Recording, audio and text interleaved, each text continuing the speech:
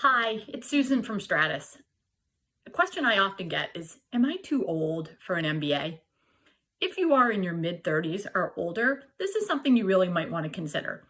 In the typical two-year MBA class, the average incoming student is 27 or 28 years old and has 4 to 5 years of work experience. So if you are outside of that by a great deal, meaning you have more than 8 years of work experience, which would probably put you in your mid to late 30s, here's some things you should be considering.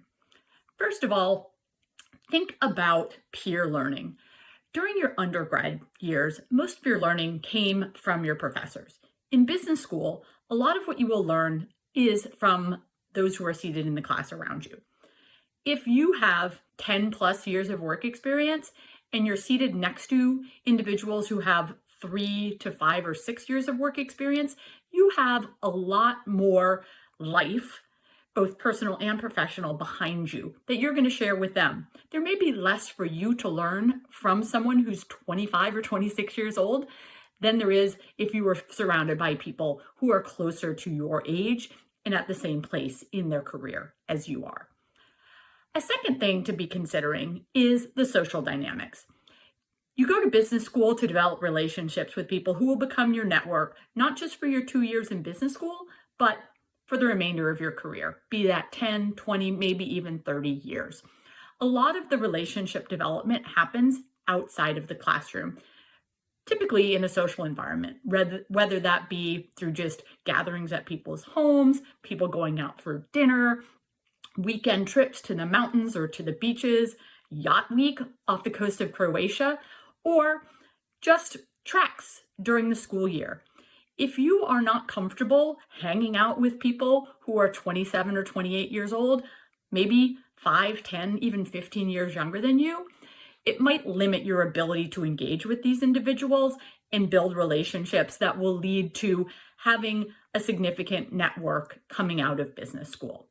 A third thing that you might consider is job placement.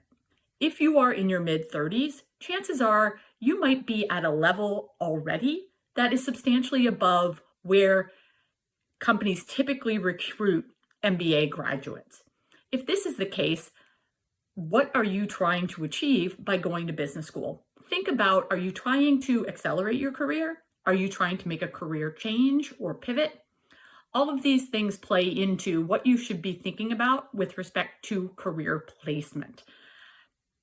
For example, most schools have corporate recruiting. Consulting firms and investment bankers are looking for people who have 3 to 5 years of pre-MBA experience. They're going to put them in at an associate level and they'll move up from there. If you are already beyond that level, corporate recruiting is going to be off the table for you. And you're really going to have to drive your own job search during business school.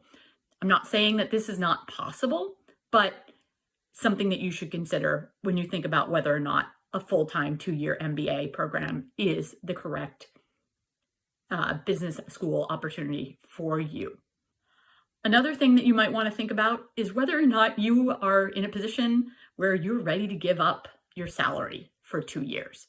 When you're in your mid-30s, let's face it, you are probably in a pretty comfortable position and have lived on your own, perhaps with a partner, perhaps with a family, for maybe more than a decade.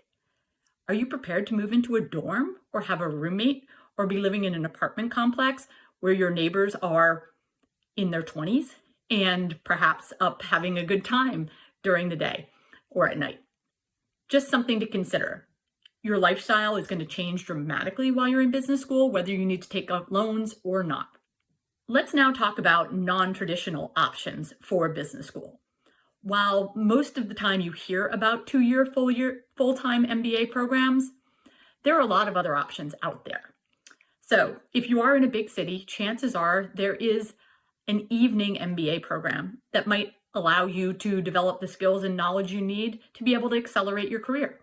Maybe your company might even pay you for your job, and they might have some educational stipend that you could use towards taking classes part-time. There's often a lot of flexibility in evening programs. You might take classes just one evening a week, or maybe 2 evenings a week, and you might be able to pace your time out appropriately.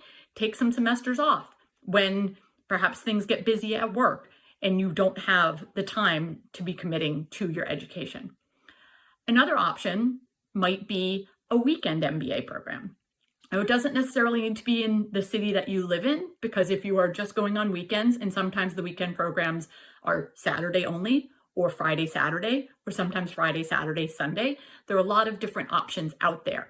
But if you're only going on weekends, maybe just once a month and being remote on other times that the classes meet, that might give you more flexibility to be willing to drive 2, 3, 4 hours if you're going to be somewhere for a weekend, or jump on a plane and fly for 2 hours, or a train.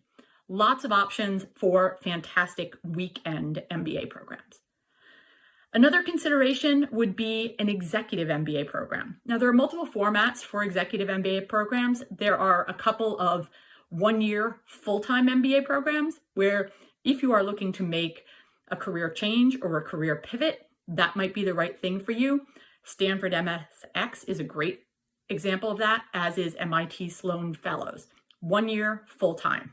There are also several great executive MBA programs that meet part-time. These are typically on weekends, sometimes every other weekend, sometimes just once a month on weekends.